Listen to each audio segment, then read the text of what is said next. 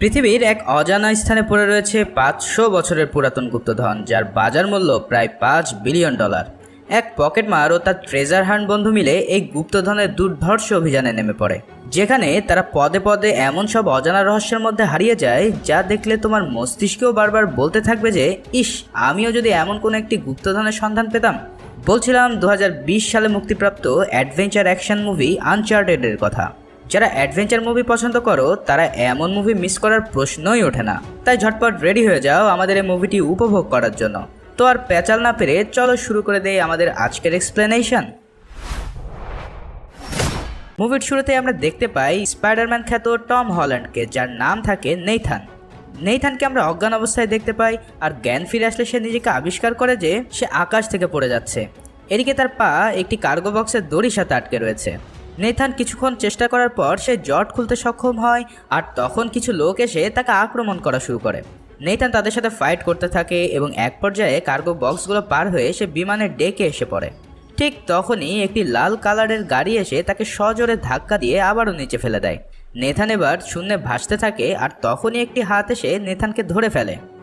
এরপর মুভির সিন চলে যায় ১৫ বছর আগে, যেখানে আমরা দেখতে পাই অল্প বয়সী নেথান দেওয়ালে ঝুলছে, আর তার হাত ধরে রেখেছে তারই বড় ভাই স্যাম। নেথান এবং স্যাম অনাথ ছিল এবং তারা অনাথ আশ্রমে বড় হয়েছিল। তখন দুই ভাইকে দেখা যায় তারা একটি মিউজিয়ামের ভিতরে প্রবেশ করেছে মেগাল্যান্ডস এক্সপেডিশনের ম্যাপ চুরি করার জন্য। তোমাদেরকে বলে রাখি, এই মেগাল্যান্ডস এক্সপেডিশনের ম্যাপটি হলো এমন একটি ম্যাপ যেটা তৈরি করেছিল ফার্ডিনান্ড মেগালেন। এখন তোমাদের মাথায় নিশ্চয়ই প্রশ্ন আসবে যে কে এই ফার্ডিনান্ড মেগালেন, কিংবা কেনই বা এই ম্যাপটি তৈরি করেছিল। বলছি দাঁড়াও। সে ছিল একজন ট্রেজার হান্টার, যার মানে হারানো সম্পদ যারা খুঁজে বেড়ায় তাদেরকে ট্রেজার হান্টার বলে। ফার্ডিনান্ড একবার গুপ্তধনের রহস্যে পুরো পৃথিবী পাড়ি জমায়, আর সে ইউরোপ থেকে ওশান প্যাসিফিক পর্যন্ত পুরো তন্ন তন্ন করে খোঁজে সেই হারিয়ে যাওয়া স্বর্ণভর্তি জাহাজের জন্য। কিন্তু সেই অভিযানটি শেষ করার আগেই ফার্ডিনান্ড মারা যায়। ফলে সেই স্বর্ণভর্তি জাহাজ এখনও পৃথিবীর এমন এক কোণে লুকিয়ে রয়েছে যেটা কেউই জানে না। আর সেটাই আবিষ্কার করার জন্য স্যাম ও নেথান এই ম্যাপটি চুরি করার সিদ্ধান্ত নেয়।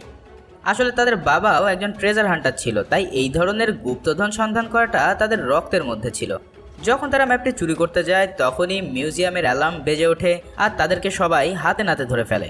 যেহেতু তারা অনেক ছোট ছিল এবং অনাথ ছিল, তাই তাদেরকে আবারও অনাথ আশ্রমে পাঠিয়ে দেওয়া হয়। অন্যদিকে স্যাম ইতিমধ্যে তিনবার এই ধরনের কাজ করে ফেলেছে, তাই তাকে আর অনাথ আশ্রমে না পাঠিয়ে জেলে পাঠিয়ে দেওয়া হয়। যাবার সময় স্যাম নেথানকে বলে সে একদিন না একদিন তার ভাইয়ের জন্য ফেরত আসবে, এবং তার কাছে থাকে একটি রিং নেথানের গলায় ঝুলিয়ে দেয়। এরপর স্যাম সেখান থেকে চলে গেলে নেথান তার দেওয়া একটি লাইটার হাতে নেয়, আর সেখানে একটি কাগজ খুঁজে পায়। সে তখন লাইটার দিয়ে কাগজের নিচে ধরতেই সেখানে একটি সিক্রেট মেসেজ দেখতে পায়। সেখানে স্যাম তাকে তার ভালোবাসার কথাগুলো লিখেছিল। এরপর প্রায় ১৫টি বছর কেটে যায়, আর এখানে আমরা নেথানকে দেখতে পারি একজন বারটেন্ডার হিসেবে। নেথান এখন বারে কাজ করে, আর পাশাপাশি বারে আসা কাস্টমারদের কাছ থেকে ভুলিয়ে ভালিয়ে তাদের সব জিনিসপত্র চুরি করে নেয়। মানে সে এখন পুরো দোস্তেই ছিচকে চোর হয়ে গিয়েছে।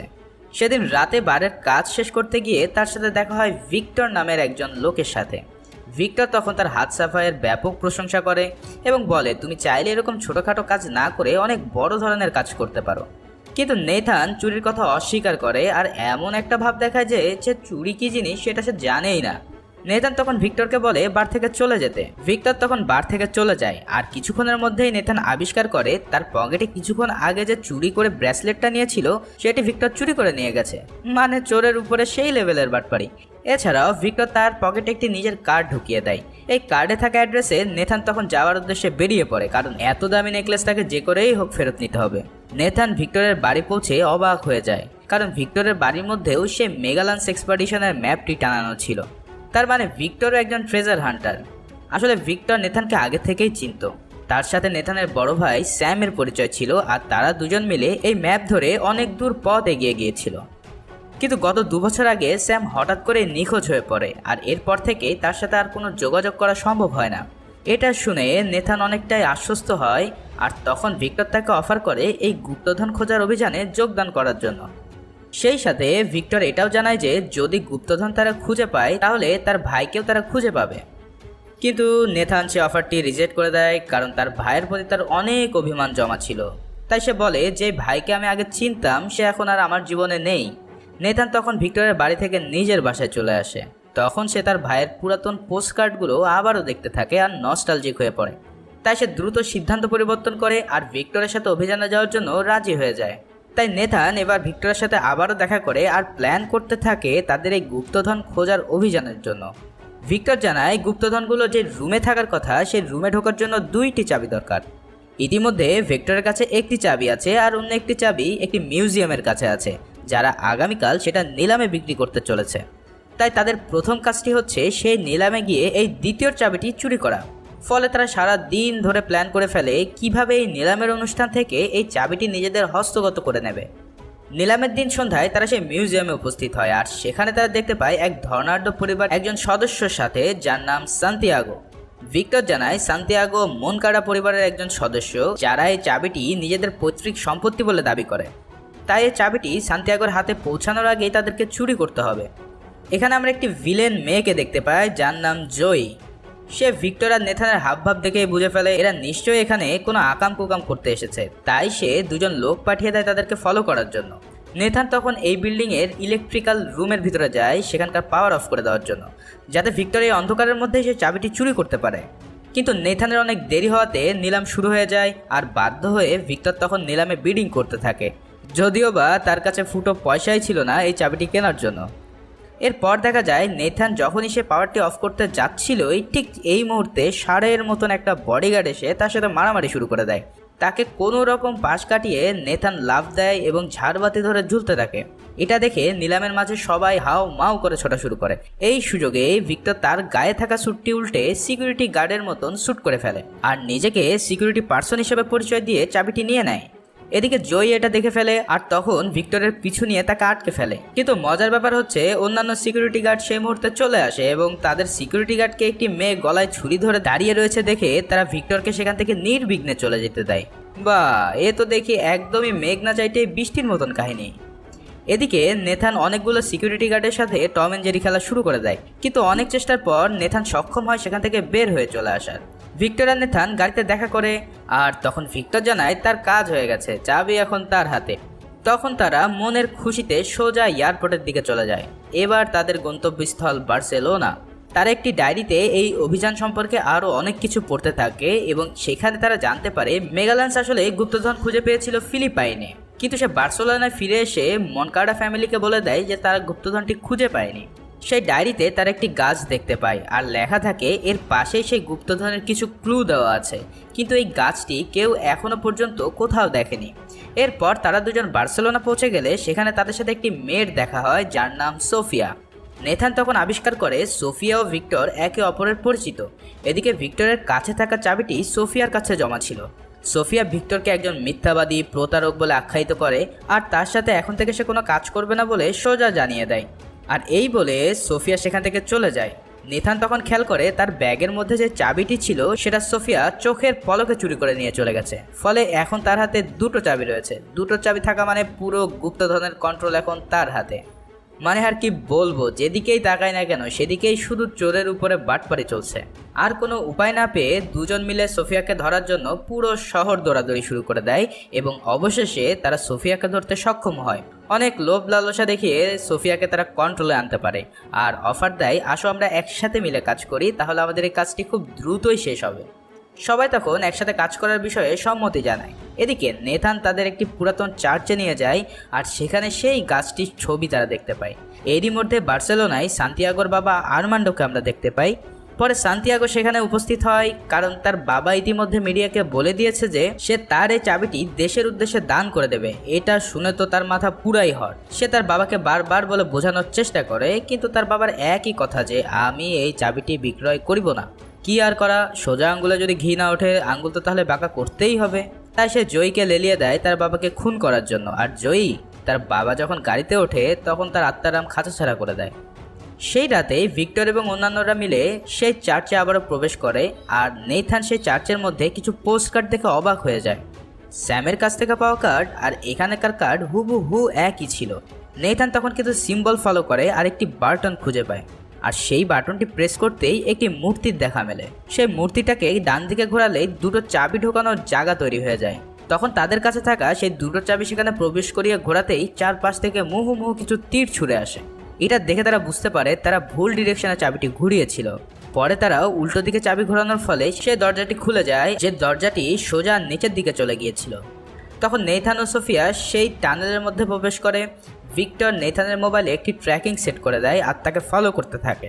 ভিক্টর কিছু দূর যাওয়ার পরে বুঝতে পারে জয়ী তাকে ফলো করছে, আর অন্যদিকে নেথান ও সোফিয়া টানেলের মধ্যে দিয়ে প্রবেশ করে একটি বারের মধ্যে চলে যায়। ভাবলো তারা এখানে গুপ্তধন পেয়ে যাবে, আর এসে দেখে এটা একটা ডিস্কো ক্লাব। এটা কোনো কথা?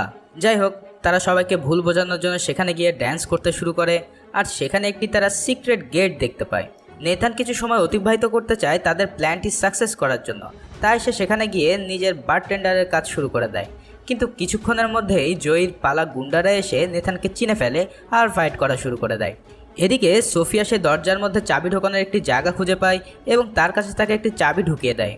এর ফলে সাথে সাথে দরজাটি খুলে যায়। তখন সোফিয়া দ্রুত নেথানকে আসতে বলে, আর নেথান সবাইকে ফাঁকি দিয়ে সে দরজার মধ্যে ঢুকে যায়। এই রুমের ভিতরে তারা আরও একটি চাবি দিয়ে খোলা দরজা আবিষ্কার করে। সেখানে চাবি দিয়ে ঘোরাতেই সাথে সাথে সেই রুমটি পানিতে ভর্তি হওয়া শুরু হয়। নেথান ভিক্টরের সাথে যোগাযোগ করে তাদের অবস্থান জানায়, আর ভিক্টর তখন উপর থেকে দেখতে পায় তার সামনে একটি জায়গা রয়েছে যেখানে চাবি ঢোকানো যাবে, কিন্তু সেই চাবি ঢোকানোর জায়গাটি একটি কাচের দেয়াল দিয়ে বানানো ছিল। ঠিক তখনই সেখানে জয়ী উপস্থিত হয় আর তার সাথে ফাইট করতে থাকে। এক পর্যায়ে ভিক্টর জয়ীকে তুলে গ্লাসের উপরে আছাড় মারে, আর সাথে সাথে গ্লাসটি ভেঙে যায়। এদিকে নেথান ও সোফিয়া প্রায় ডুবেই যাচ্ছিল। ঠিক তখনই ভিক্টর তার কাছে থাকা চাবি দিয়ে সেই দরজাটি খুলে ফেলে, আর তারা সেই রুম থেকে অন্য আরেকটা রুমে প্রবেশ করে। ভিক্টর রাস্তার উপর থেকে তাদের মোবাইল ট্র্যাকার দিয়ে ট্র্যাক করতে থাকে। কিছু দূর আসার পর নেথান আরও একটি রুম দেখতে পায়, সেখানে তাদের দুটো চাবি প্রয়োজন ছিল। উপর থেকে ভিক্টর তাদেরকে একটি চাবি দিয়ে দিলে তারা সেই দরজাটি খুলে প্রবেশ করে। এবার তারা বিশাল বড় বড় 4টি পাত্র দেখতে পায়। সবাই তো খুব খুশি যে এই 4টি পাত্রের ভিতরেই হয়তো হাজার হাজার কেজি স্বর্ণ লুকিয়ে রয়েছে। নেথান তখন সোফিয়াকে পাত্রের মুখের কাছে উঁচু করে ধরে, আর সোফিয়া সেটা চেক করতে গিয়ে দেখে সেগুলো পুরোটাই লবণ দিয়ে ভর্তি। কিছু বোঝে ওঠার আগে সেসব পাত্রগুলো হুড়মুড় করে ভেঙে যায়। এবার দুজন সেখানে পড়ে থাকা লবণের মধ্যে একটি ম্যাপ খুঁজে পায়, যেটা ছিল এই গুপ্তধন খোঁজার জন্য আসল ম্যাপ। বাইরে যে ম্যাপটা ছিল সেটা ছিল ইনকমপ্লিট, কিন্তু এই ম্যাপটি সম্পূর্ণ ইন্ডিকেট করছে যে তাদের এই গুপ্তধন বার্সেলোনাতে নেই, বরং সেই গুপ্তধন ফিলিপাইনের কোথাও লুকানো আছে। নেথান তখন সোফিয়াকে বিষয়টি বলতে গেলেই দেখতে পায় সোফিয়া তার দিকে গুলি তাক করে রেখেছে, আর তাকে বলছে ম্যাপটি তার কাছে হ্যান্ড ওভার করে দিতে। মানে সুযোগ বুঝে সোফিয়াও তার সাথে বেইমানি খেলে দিল। আসলে এর জন্যই বলে বিশ্বাসঘাতককে বারবার বিশ্বাস করতে নেই, কিন্তু কি আর করা। নেথান তখন তার কাছ থেকে ম্যাপটি সোফিয়াকে দিয়ে দেয়, আর সোফিয়া তা নিয়ে চলে যাওয়ার আগে নেথানকে বলে, তুমি ভিক্টরকে জিজ্ঞেস করো যে তোমার ভাইয়ের সাথে আসলেই কি ঘটেছে, কারণ ভিক্টর তোমাকে তোমার ভাই বিষয়ে সম্পূর্ণ মিথ্যা কথা বলেছে। এটা শুনে তো নেথান অনেক কনফিউজড হয়ে যায়। সোফিয়া সেখান থেকে চলে গেলে সেখানে উপস্থিত হয় ভিক্টর, আর তখন নেথান তাকে প্রশ্ন করে, তুমি সত্যি করে বলো আমার ভাইয়ের সাথে কি ঘটেছিল। ভিক্টর তখন জানায়, তোমার ভাই আসলে গায়েব হয়ে যায়নি, বরং 2 বছর আগে যখন আমরা একটি অভিযান পরিচালনা করি তখন জয়ী তোমার ভাইকে গুলি করে হত্যা করে। এটা শুনে নেথান অনেক কষ্ট পায়, আর ভিক্টরকে বলে, তুমি আমার ভাইকে না বাঁচিয়ে সেখান থেকে চলে এসেছিলে। তুমি একটা স্বার্থপর লোভী পার্সন, যে কিনা আমাকে মিথ্যা বলে এখানে নিয়ে এসেছে শুধুমাত্র গুপ্তধন খুঁজে পাওয়ার জন্য। আর এই সকল কথা বলে নেথান সেখান থেকে চলে আসে। এরপর সবাইকে অবাক করে দিয়ে আমরা দেখতে পাই সোফিয়া, সান্তিয়াগো এবং জয়ী একসাথে কাজ করছে। তার মানে সান্তিয়াগো সোফিয়াকে হায়ার করেছিল ভিক্টরের কাছ থেকে তাদের চাবিটি উদ্ধার করার জন্য।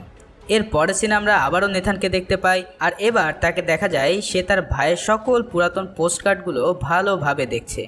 একটি পোস্টকার্ডে সে দেখতে পায় তার ভাই লিখেছে, যা একবার হারিয়ে যায় তা আবারও ফিরে পাওয়া সম্ভব। তখন সেখানে ভিক্টর উপস্থিত হয় আর তাকে কনভিন্স করার চেষ্টা করে, কিন্তু নেথান ভিক্টরকে বলে দেয়, আমার ভাইয়ের প্রমিসের কথা চিন্তা করে আমি যে অভিযানটি শুরু করেছি সেটা হয়তো আমি শেষ করব, কিন্তু এরপর তোমার আর আমার মধ্যে আর কোনো সম্পর্ক থাকবে না। পরের দৃশ্যে আমরা দেখতে পাই সান্তিয়াগো এবং তার টিম মিলে একটি কার্গো প্লেনে তাদের সকল মালামাল উঠাচ্ছে সেই গুপ্তধনের সন্ধানে বেরিয়ে পড়ার জন্য। তখন সোফিয়া সান্তিয়াগোর কাছে তার ম্যাপটি দিয়ে দেয়, আর এই সব কিছু ভিক্টর ও নেথান দূর থেকে ফলো করছিল। এদিকে সোফিয়া সান্তিয়াগোকে পুরো ম্যাপটি বুঝিয়ে দেয় এবং বলে এই গুপ্তধনটি ফিলিপাইনের কিম্বা অঞ্চলের আশেপাশে কোথাও আছে। তখন সান্তিয়াগো তার প্লেন উড়িয়ে রওনা দেয় সেই কিম্বা শহরের দিকে যাওয়ার জন্য। প্লেনের মধ্যে সান্তিয়াগো তার ফ্যামিলি ফরচুন ব্যাগ পাওয়া নিয়ে বিশাল লম্বা একটি ভাষণ দেয়, আর ঠিক তখনই ঈর্ষান্বিত হয়ে জয়ী সান্তিয়াগোর গলা আস্তে করে কেটে দেয়। এই কাহিনী দেখে সোফিয়া সেখান থেকে চোরের মতো পালিয়ে যায়, আর সবাই তাকে খোঁজা শুরু করে। এই সুযোগে নেথান ও ভেক্টর সে কম্পার্টমেন্টে হাজির হয় এবং সেখানে পড়ে থাকা ম্যাপটি তারা ভালোভাবে দেখে নেয়। তখন তারা ডিসিশন নেয় একটি প্যারাশুট নিয়ে যেভাবেই হোক এই প্লেন থেকে তারা লাফ দিয়ে পালিয়ে যাবে, কিন্তু শেষ পর্যায়ে এসে তারা জয়ীর হাতে ধরা পড়ে যায়। নেথান তখন জয়কে প্রশ্ন করে, তুমি কি সত্যি আমার ভাইকে খুন করেছো? জয় তখন তার কোনো কথার উত্তর দেয় না, আর তখনই তার লোকজন অ্যাটাক করা শুরু করলে ভিক্টর একটি প্যারাশুট নিয়ে লাফ দেয়। নেথান লাফ দেওয়ার চেষ্টা করলেও সে ব্যর্থ হয় আর একটি কার্গো বক্সে তার পাটি জড়িয়ে যায়। তখন সে কার্গো বক্সের সাথে প্লেনের বাইরে পড়ে যেতে থাকে। এরই মধ্যে তাদের লোকজন সোফিয়াকে ধরে আনতে সক্ষম হয় এবং সোফিয়া তাদের সাথে মারপিট করে বেঁচে যাওয়ার চেষ্টা করে। তখনই আমরা এই মুভির সেই প্রথম দৃশ্যটি দেখতে পাই যেখানে নেথান আকাশ থেকে পড়ে যাচ্ছিল। সোফিয়া যখন দেখে তার হাতে আর কোনো উপায় নেই, তখন সে লাল গাড়িটা নিয়ে প্লেন থেকে লাফ দেওয়ার সিদ্ধান্ত নেয় এবং ঠিক তখনই নেথান সেখানে উপস্থিত হয়ে যায়। নেথান সে কার্টের সাথে ধাক্কা খায় আর আবারও নিচে পড়ে যায়। প্রথম সিনে আমরা যাকে নেথানের হাত ধরতে দেখেছিলাম সেটা আর কেউই ছিল না, বরং সেটা ছিল সোফিয়া নিজে। এরপর তারা একটি কার্গো বক্সের প্যারাশুট ওপেন করতে সক্ষম হয় আর সেটা মাঝ সমুদ্রে গিয়ে পড়ে। নেথান ও সোফিয়া ভাসতে ভাসতে বিচের কাছে চলে আসে। সেই সাথে তারা সেখানে একটি হোটেলে উঠে পড়ে। হোটেল রুমে গিয়ে তারা দুজন তার ভাইয়ের পোস্টকার্ডগুলো খুব ভালোভাবে দেখতে থাকে আর ম্যাপের সাথে মিল করতে থাকে, কিন্তু ততক্ষণে তারা কোনো ধরনের ক্লু খুঁজে বের করতে পারে না। কিন্তু তারা এটা বুঝতে পারে যে এই ম্যাপে এক্স্যাক্ট কোনো লোকেশন দেওয়া নেই। অনেকক্ষণ চেষ্টার পর ক্লান্ত হয়ে সোফিয়া ঘুমাতে চলে যায়, কিন্তু নেথান তার কাজ করতেই থাকে। এরপর তার ভাইয়ের একটি পোস্টকার্ডের নিচে সে লাইটারের আগুন জ্বালাতে সেখানে একটি সিক্রেট মেসেজ ওপেন হয়ে যায়। এই মেসেজটিতে বলা ছিল, তোমার কাছে থাকা দুটো চাবিকে তুমি কম্পাসের মতন ব্যবহার করো, তাহলেই তুমি এক্স্যাক্ট লোকেশনটি পেয়ে যাবে। নেথান তখন তাই করে আর সাথে সাথে সে একদম অ্যাকুরেট একটি লোকেশন পেয়ে যায়। এবার নেথান ওই লোকেশনের সঠিক কোঅর্ডিনেটটি একটি খাতায় লিখে ঘুমিয়ে পড়ে। সকালে সোফিয়া ঘুম থেকে উঠে এসেই সে লোকেশনটি খুঁজে পেয়ে যায় আর কাগজটি নিয়ে আবারও সে বেইমানি করে সেখান থেকে চম্পট দেয়। অন্যদিকে তাকে ফলো করার জন্য জয়ী ও তার সাঙ্গপাঙ্গরা সেই বিচে এসে উপস্থিত হয়। নেথান ঘুম থেকে ওঠার পরে দেখতে পারে লোকেশনের অ্যাড্রেসের কাগজটি আর নেই। সে আগে থেকেই বুঝতে পেরেছিল যে এই সোফিয়া খুব একটা সুবিধার না, আর তাই সে একটি ভুল লোকেশনের অ্যাড্রেস কাগজে লিখে রেখেছিল আর তার আসল লোকেশনটি একটি বোতলে ভরে অন্য একটি জায়গায় রেখে দিয়েছিল। যাক বাবা, এতক্ষণে এই পোলার মাথার বুদ্ধি খুলেছে। এরপর নেথান একটি স্পিডবোট করে সে লোকেশনের দিকে রওনা দিয়ে দেয় আর জয়ী ও তার সাঙ্গপাঙ্গ এটা দেখে ফেলে। নেথান একটি গুহার কাছাকাছি এসে পৌঁছালে সেখানে সে পানির নিচে একটা প্যাসেজ দেখতে পায়। তখন সে পানিতে ঝাঁপিয়ে পড়ে আর সাঁতার কেটে প্যাসেজটি পার হয়ে যায়। আর ঠিক তখনই সে আবিষ্কার করে ফেলে সেই দুটি জাহাজ যাতে গুপ্তধন পরিপূর্ণ অবস্থায় ছিল। নেথান সে জাহাজের ভিতরে যায় আর গিয়ে সেখানে ব্যারেল ব্যারেল ভর্তি শুধু গোল্ড আর গুপ্তধন দেখতে পায়। আকস্মিকভাবেই সেখানে ভিক্টর উপস্থিত হয় আর তাকে চমকে দেয়। ভিক্টর জানায় সে তার মোবাইলের লোকেশন দেখে এখানে চলে এসেছে। নেথান দেখে খুশি হয় না, বরং তাকে বলে সে সব কিছু করেছে তার ভাইয়ের কারণে এবং তার ভাইয়ের কারণেই সে আজ এই জাহাজটি খুঁজে পেয়েছে। ভিক্টর তখন তাকে সরি বলে এবং বলে তোমার ভাই অবশ্যই তোমার এই দুঃসাহসিক অভিযান নিয়ে অনেক গর্ববোধ করবে। তখনই তারা লক্ষ্য করে সেখানে জয়ী ও তার সাঙ্গপাঙ্গরা হাজির হয়ে গেছে। জয়ী তাদের দুজনকে দেখা মাত্রই গুলি করার আদেশ দিয়ে দেয়। তখনই ভিক্টর ও নেথান মিলে তাদের হাত থেকে বাঁচার জন্য প্রস্তুতি নিতে থাকে। প্রথমে তারা কিছু গুপ্তধন দুটো ব্যাগে ভরে নেয় আর নেথান কিছু গান পাউডার ও তরোয়াল নিয়ে নেয় নিজেদেরকে সেভ করার জন্য। এরপর তারা একটি রুমের মধ্যে আত্মগোপন করে বসে থাকে।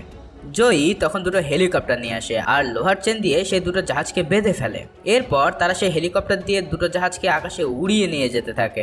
একটু পরেই সেখানে নেথান ও ভিক্টর বাইরে বের হয় আর আকস্মিকভাবেই তাদের সাঙ্গপাঙ্গদের সাথে মারামারি লাগিয়ে দেয়।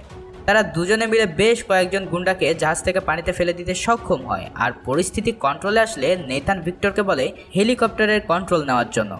তখন ভিক্টর লোহার চেন ধরে উপরের দিকে উঠতে থাকে আর হেলিকপ্টারের পাইলটকে পানিতে ফেলে দেয়। জয়ী ও তার টিম অন্য আরেকটি জাহাজে ছিল। তারা এই অবস্থা দেখে তাদের সাঙ্গপাঙ্গরা এই জাহাজে চলে আসে আর নেথানের সাথে ফাইট করা শুরু করে দেয়। অন্যদিকে ভিক্টর হেলিকপ্টারটি কন্ট্রোল করতে গেলে একটি পাহাড়ের সাথে ধাক্কা খাওয়ার উপক্রম হয় আর সেই ধাক্কাটি গিয়ে লাগে অন্য একটি জাহাজটিতে, ফলে দুটো জাহাজ প্রায় অ্যাটাচ হয়ে পড়ে। নেথান তাদের সাথে ফাইট করে আর ওদিকে ভিক্টর একটি সরু রাস্তা দিয়ে হেলিকপ্টারটি চালাতে থাকে। কিন্তু অপর প্রান্তে এসেই দেখতে পায় সেখানে জয়ীর হেলিকপ্টারটি দাঁড়িয়ে রয়েছে আর প্রায় তারা ধাক্কা লেগে যাচ্ছিল। এমন সময় ভিক্টর কোনো রকম তার হেলিকপ্টারটিকে বাঁচিয়ে নেয়। অন্যদিকে নেথান এতগুলো গুন্ডার সাথে পেরেই উঠছিল না, তাই সে তখন বুদ্ধি করে যে তার কাছে থাকা গান পাউডারগুলো একটি ক্যাননের মধ্যে ঢেলে দেবে আর তখন সে একটি বড় লোহার বল সেই ক্যাননের ভিতরে ঢুকিয়ে দেয়। এরপর সে তার লাইটারটি দিয়ে সেই গান পাউডারটিকে ফায়ার করে দেয় এবং সাথে সাথে ক্যাননটি বিস্ফোরিত হয়।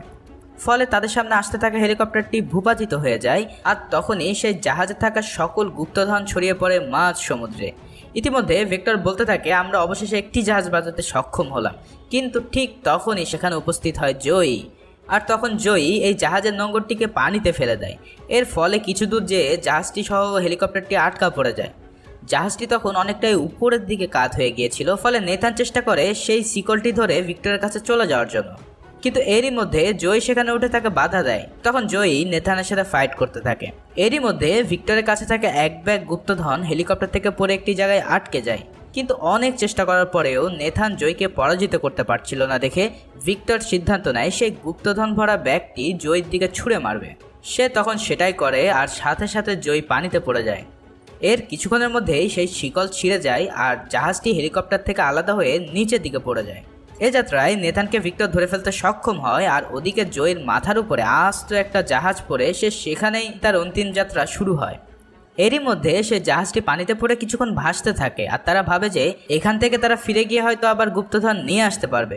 কিন্তু তার আগেই সেই জাহাজটি আবারও পানিতে ডুবে যায় আর আমরা দেখতে পাই সেখানে ফিলিপাইনের নেভি চলে এসেছে। ফলে ফিলিপাইন সরকার এখন এই গুপ্তধনের মালিক হয়ে গেল। গুপ্তধনের মায়া ত্যাগ করে নেথানের জীবন বাঁচানোর জন্য সে ভিক্টরকে ধন্যবাদ জানায়। কিন্তু ভিক্টরের অনেক কষ্ট হচ্ছিল যে এতগুলো গুপ্তধন সে কিনা পানিতে ছুড়ে দিল। তখন নেথান তার পকেটে থাকা দুটো গোল্ড বার ভিক্টরের হাতে দেয় আর ভিক্টর এতেই অনেক খুশি হয়ে যায়। আর অন্যদিকে তারা দেখতে পায় সেই বেইমান সোফিকে, যে এখনও স্পিড বোর্ড নিয়ে উল্টাপাল্টা লোকেশনে খুঁজে বেড়াচ্ছে। এটা দেখে তারা প্রচুর হাসাহাসি করতে থাকে। এর পরের দৃশ্যে একটি জেলখানায় আমরা স্যামকে দেখতে পাই, অর্থাৎ স্যাম এখনও মরেনি, দিব্যি বেঁচে রয়েছে। এই মুভির ক্রেডিট সিনে আমরা দেখতে পাই নেথান একটি লোকের কাছে তার ভাইয়ের দেওয়া সেই রিংটি এক্সচেঞ্জ করছে একটি সিক্রেট ম্যাপের বিনিময়ে। লোকটি তখন নেথানের কাছ থেকে রিংটি নেওয়ার পর নগদে পল্টি দিয়ে দেয়। আর ঠিক তখনই সেখানে উপস্থিত হয় ভিক্টর। ভিক্টর তখন সেখান থেকে নেথানকে রেস্কিউ করে আর যখন তারা বাইরের দিকে চলে আসে তখন তারা একজন মিস্টিরিয়াস কাউকে দেখে চমকে যায়। মুভির এন্ডিংয়ে বলে দিচ্ছে হয়তো তারা সেখানে স্যামকেই দেখতে পায়। আর এই সিনের মধ্যে দিয়েই মুভিটি এখানেই শেষ হয়।